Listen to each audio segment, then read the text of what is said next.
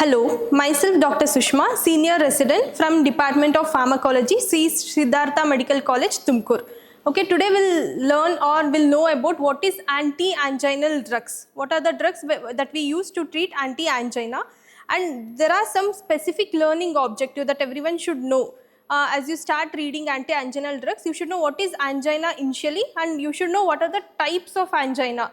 Okay, then you should know how to what are the drugs used, classification, mechanism of action, and again what are the drugs that are used in different, like prevention and treatment of angina. Okay, so these are your learning objective. So first, before going to drug proper, we'll see what is angina. So everyone know angina is just a chest pain. It's a temporary chest pain which can be occur at rest or on exertion. Okay, and there are different types of angina. One is unstable angina, stable angina, and your Prinzmetal or variant angina. We'll see what is stable angina. Stable angina, as you know, there is a triad which you have already learnt called Wichow's triad. There will be an epithelial injury where endothelial injury where LDL will get deposited, and there will be a reduced blood supply which leads to formation of your plaque. So once the plaque is formed, if the patient had plaque in the coronary arteries, if there is any trigger like walking or running or doing more exercise, there will be a precipitation of their anginal pain. So once the trigger is reduced, there won't be any pain. That is called as stable angina. What is unstable angina? Unstable angina, the patient who are having already a plaque formation in the vessel, once the plaque get ruptured, and again there collects a blood platelet, all your other fibrinous plaque, your epithelial proliferation all causes a clot, thrombus. So that is called as unstable angina, where they'll have acute pain even though when there is no trigger like exercise or any other thing. Even in the rest, patient can get chest pain in case of unstable angina. Coming to this picture again depicts stable, this is normal artery and this is plaque built up artery. Where there is only on exertion there will be a chest pain. This is plaque rupture. After rupture, where there is a formation of clot, where the patient even at rest can have chest pain. Coming to Prinzmetal angina, here even though the plaque is very small or mild, there will be a narrowing of your blood vessels, coronary blood vessels, which get constricted and forms, the patient will have acute chest pain. Okay, that is called as your Prinzmetal angina. So this one slide will depict how to manage the angina. First, the agents which decreases the oxygen demand. In case of any angina, where we have to reduce the oxygen demand and increases the oxygen supply to your cardiac muscle. So the agents which decreases the O2 demand are your beta blockers, which reduces the heart rate and which reduces the contractility of heart. Once the heart rate are reduced and contractility is reduced, so there is less work done by the heart. So there is a less demand. So the demand will be reduced in case of beta blockers and calcium channel blockers. And again, organic nitrates and calcium channel blockers will also reduce your preload and afterload. Once the preload is reduced, again the work done by your heart will be reduced. And again the afterload is also reduced in case of your organic nitrates and calcium channel blockers. Coming to oxygen supply, the drugs which dilates your blood vessels like your vasodilators and also especially calcium channel blockers, and also your statin and antithrombin, which dilates your blood vessels, maybe the coronary blood flow or the regional myocardial blood flow. So it increases the oxygen supply to the coronary muscles. So this one picture help you to depict how to balance the mismatch which is happened in case of angina. Coming to classification purpose, in case of anti-anginal drugs, we have nitrates, calcium channel blockers, and we have beta blockers. Coming to nitrates, there is nitroglycerin, isosorbate dinitrate, isosorbate mononitrate, and erythritol tetranitrate. Coming to calcium channel blockers, we can classify as dihydropyridines and non-dihydropyridines. Non-dihydropyridines are those drugs which are diltiazem and verapamil. And dihydropyridines, there are so many me too drugs like amlodipine, nifedipine, nimodipine, tetradipine. Okay, and coming to beta blockers, we usually select cardio-selective beta blockers like metoprolol, atenolol, and non-selective beta blockers are also used in angina like propranolol. Coming to newer anti-anginal drug, there are 4 which are very important newer anti-anginal drug, that is nicorandil, ranolizine, trimethazidine and ivabradine. These are the newer anti-anginal drugs. So we'll go in detail about individual group of drugs. Coming to nitrates, all your nitrate groups of drugs on administration by the action of enzyme mitochondrial aldehyde dehydrogenase, the nitric oxide is activated. This nitric oxide activates the soluble form of guanylate cyclase, which increases the intracellular cyclic GMP. What this GMP will do? This GMP will dephosphorylates your myosin light chain kinase. So there will be a reduction of cytosolic calcium, there will be a relaxation of smooth muscle. So this could be the mechanism of nitrates. You already know for contraction there should be a proper myosin and myosin light chain phosphorylation and actin for the contraction of smooth muscle. And also the calcium, this nitrates particularly they dephosphorylates the myosin light chain kinase. So there is no proper mechanism. So there will be a relaxation of your blood vessels, causing vasodilatation. This is same picturatic representation of your nitrates. Once nitrates are activated, they increase cyclic GMP levels, which dephosphorylates your myosin light chain kinase.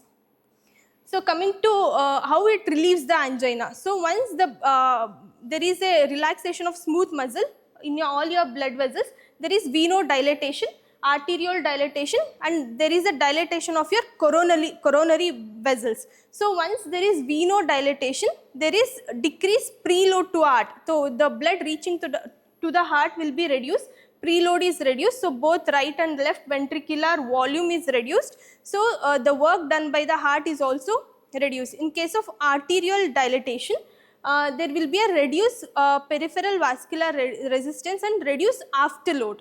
And coming to dilatation of your coronary vessels, so there is increased oxygen supply to your cardiac muscle. So coming to action of nitrates, so it reduces both preload and afterload. It reduces the oxygen requirement by the heart and it also increases the oxygen supply to the coronary vessels. Okay.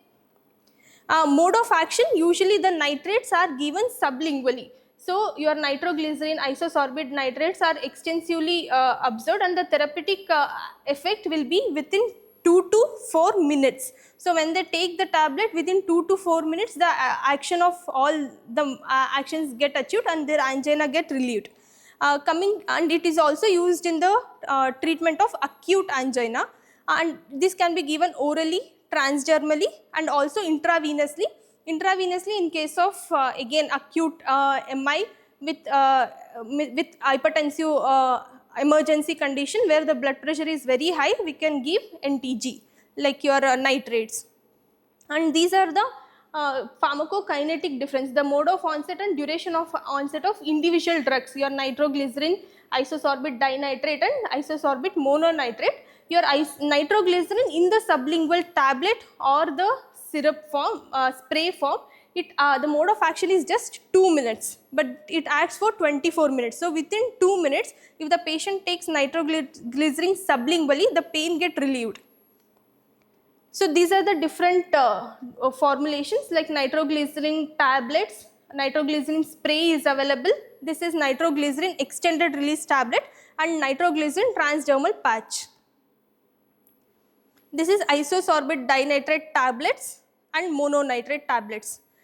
Coming to pharmacokinetic properties, nitrates, these are lipid soluble, absorbed from the mucous membrane, skin and GIT, all three, and as extensive first pass metabolism. So oral bioavailability as such is very low. So these are preferred in giving sublingual route. Coming to uses, as we know, nitrates are particularly used in angina pectoris. So sublingual NTG 0.5 mg 3 dose can be given in an interval of 5 minutes. So once the patient is having angina, can be given prophylactically and we can advise the patient to take sublingual NTG 0.5 mg. And again, in case of acute coronary syndrome, myocardial infarction, congestive cardiac failure and left ventricular failure, and biliary colicky pain, esophageal spasm and cyanide poisoning. So these are the uses of anti-nitrates in different conditions, and you should be knowing the rationale of use of NTG in all the conditions. The mechanism could be the same, causing vasodilatation, arterial dilatation and coronary blood vessel dilatation. Then coming to treatment of cyanide poisoning, why we use nitrates? As such, cyanide poisoning, the cyanide ion has more affinity towards your methemoglobin. This nitrate has special property that these nitrates, when we give sodium nitrate, it converts hemoglobin to methemoglobin, where the cyanide ions are very much attracted towards the methemoglobin, so it forms cyanomethemoglobin. This cyanomethemoglobin is an unstable molecule which get dissociate very fast. So, this cyanomethemoglobin can be dissociated by giving sodium thiosulfate. So, it dissociates into methemoglobin and sodium thiocyanide. This sodium thiocyanide can be easily excreted in urine. Okay, so the nitrates are very important in treating cyanide poisoning.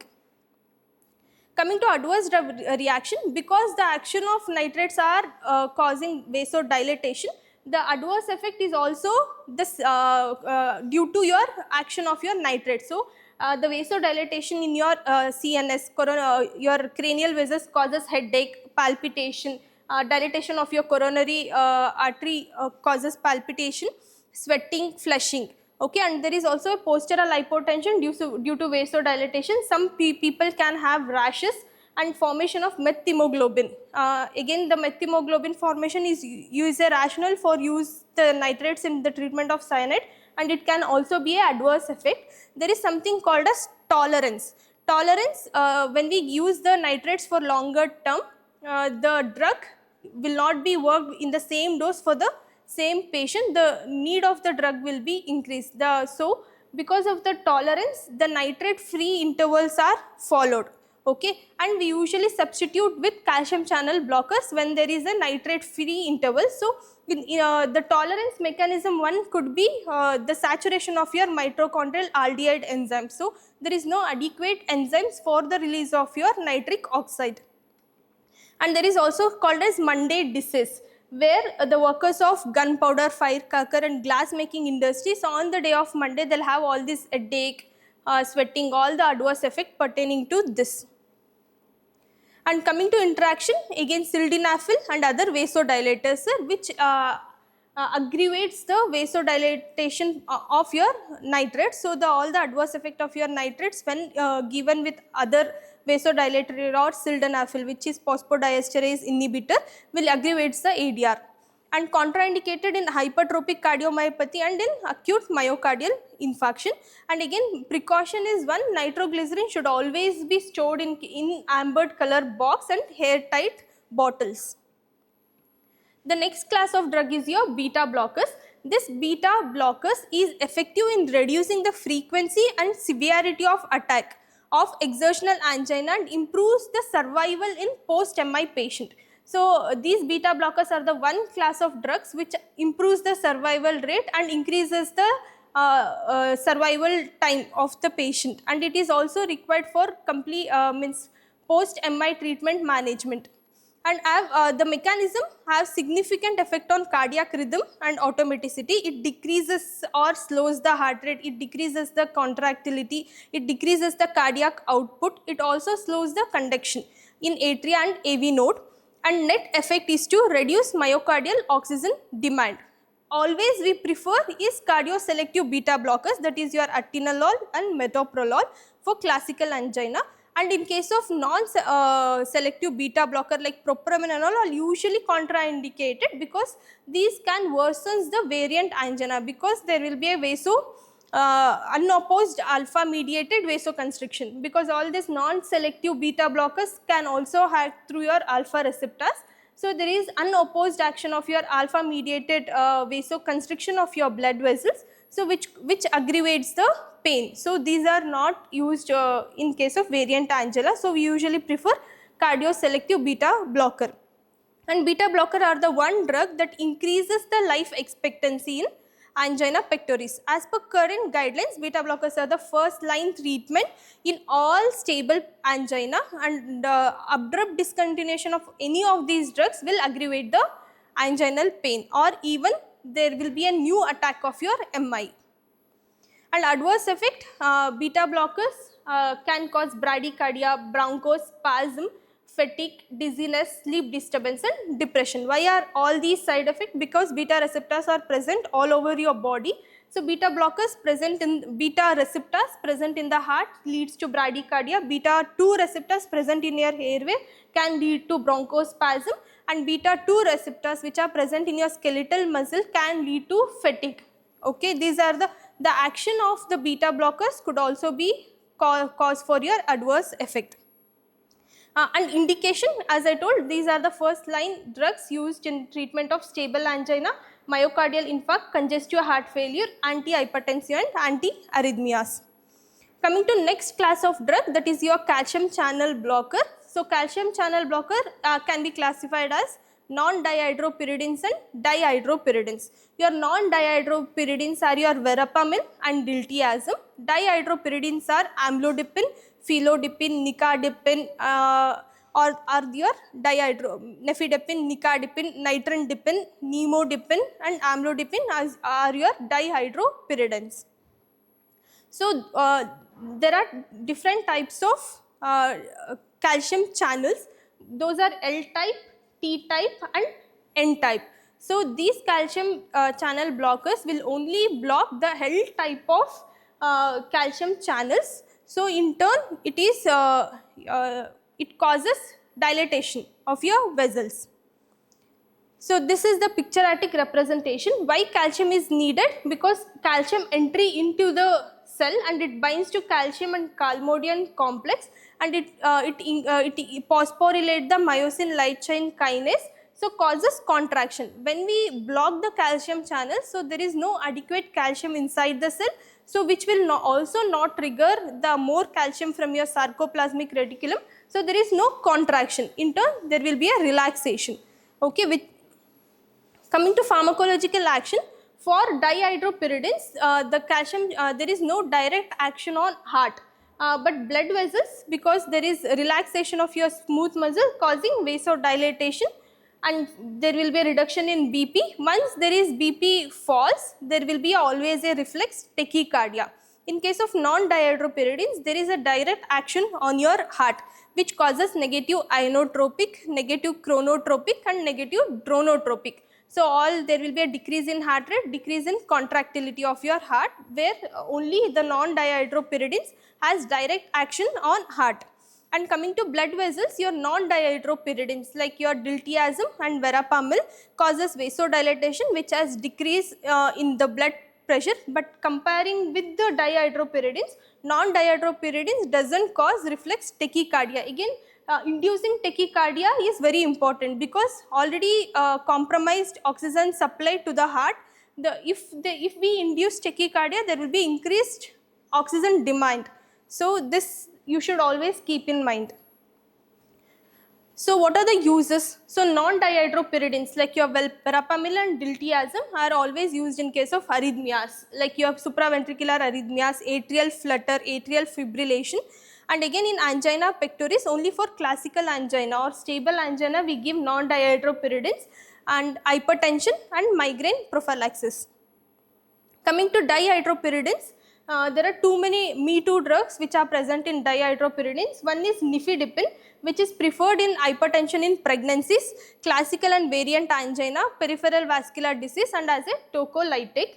Amlodipine is always preferred in hypertension, because even though amlodipine is a dihydropyridine, the reflex tachycardia is less chance in case of amlodipine, and nicardipine is used as IV medication in hypertensive emergencies, and nimodipine which has one different property, which it crosses the blood brain barrier and can be used to relieve your cerebral spasm which has occurred due to any head injury, or in case of any subarachnoid hemorrhage. When there is a hemorrhage in the brain, all your blood vessels goes constriction. So this nimodipine has one property which crosses your blood brain and causes vasodilatation of your cerebral vessels. So there are non-cardiac uses of your calcium channel blockers where we use in peripheral vascular disease as tocolytic in preterm labor and to relieve cerebral spasm in uh, subarachnoid hemorrhage and intracranial aneurysms. So these are the different forms, tablets of your calcium channel blockers, where nifedipine, amlodipine comes in different dosage form. Dosage form could be your tablets and different dose are available. And these are non-dihydropyrin, verapamil and diltiazem in the form of tablets. And again, you should remember always these, in case of angina, the individual groups are not used, always the combination of drugs, like we combine nitrates, beta blockers and calcium channel blockers, and you are used in the treatment of your angina. So nitrates and cardioselective beta blockers is used in all angina except variant angina, and nitrates and calcium channel blockers are used in variant angina. Why? Because as we discussed, in case of variant angina, these beta blockers, especially non-selective beta blockers, can have alpha mediated vasoconstriction of your coronary vessels, which will in turn aggravate your variant or Prinzmetal angina. And other useful combination are your, we can combine all three drugs, calcium channel blockers, beta blockers and nitrates, and again all three drugs will have additive synergism activity. And coming to newer anti-anginal drugs, there are 4 newer anti-anginal drugs, that is your nicorandil, ranolizine, trimethazidine and ivabradine. So coming to first newer anti-anginal drug, that is nicorandil, which is a potassium channel opener. Okay, this acting chiefly by dilating the large coronary blood vessels, and mechanism is the same. The potassium channel activates, which is ATP sensitive K plus channel in the smooth muscle membrane, which causes hyperpolarization and arterial dilatation. All your coronary artery vessels will get dilated, so oxygen supply to the coronary cardiac muscles are increased.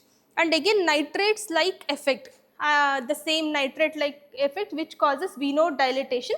So it decreases both preload and afterload. So nicorandil, one word, it is a potassium channel opener which causes hyperpolarization and which relaxes the smooth muscles. So in turn it causes arterial and venodilatation. Advantage, it has no tolerance, it has no coronary steal phenomena effect and no effect on heart rate and cardiac contractility. It has only vaso and arterial dilatation effect and used in vasospastic and chronic stable angina. And what is coronary steal phenomena? This usually happens in case of dihydropyridines. You can see dipyramidol. It happens in case of dipyramidol. In case of dipyramidol, when there is a coronary vessel dilatation, the blood flow towards the ischemic area is reduced. So blood flow towards normal area is always increased. So this is called as coronary steal phenomena, happens in case of dipyramidol, but not in case of nitrates, where the blood flow to the ischemic area is also there, and blood flow to the normal area will also be there, and blood flow to the ischemic area will also be preserved in case of nitrates. That does not happen in case of dipyramidol, so these are not used nowadays. Next is trimethazidine. It modulates the metabolism in the cardiac muscle. So it is also called as partial fatty acid oxidation inhibitors. It inhibits the mitochondrial long chain 3 ketoacyl CoA thiolase.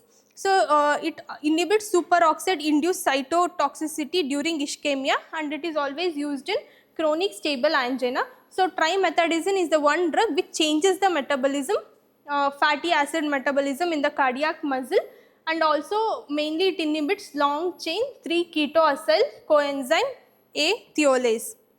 Coming to ranolizine, which inhibits the invert sodium channels. So in turn sodium and calcium moving into the cell is reduced. So calcium overload is reduced inside the cells. So once the calcium overload reduces, there is reduced contraction. So once contraction is reducing, so the the work by the heart is reduced, so oxygen supply to the heart is also reducing. So the calcium overload will be reduced by giving granulysin. It is a late sodium channel, it blocks the late invert sodium channels. And coming to pharmacotherapy of angina as such, in acute case we use sublingual nitroglycerin 3 dose given in 5 minutes interval, and in acute prophylaxis also we give sublingual nitroglycerin, and in chronic prophylaxis it is always the beta blockers which is usually combined with nitrates, and we have to keep in mind we have to give nitrate free intervals. And again there are different, for single vessel disease we use single, if there is a triple vessel disease or double vessel disease we usually combine the drugs. And drugs used in unstable angina, it is a multimodal treatment, we have to use antiplatelet, anticoagulant with added anti-anginal drugs. In case of acute myocardial infarction, the treatment differs. We have to do ECG, and again it is a combined treatment of your antiplatelet, morphine, anticoagulant, and ideal treatment in case of MI is your stenting. You have to do coronary angiogram and place the stent. So these are the treatment for your MI, which you will again read in detail. Thank you.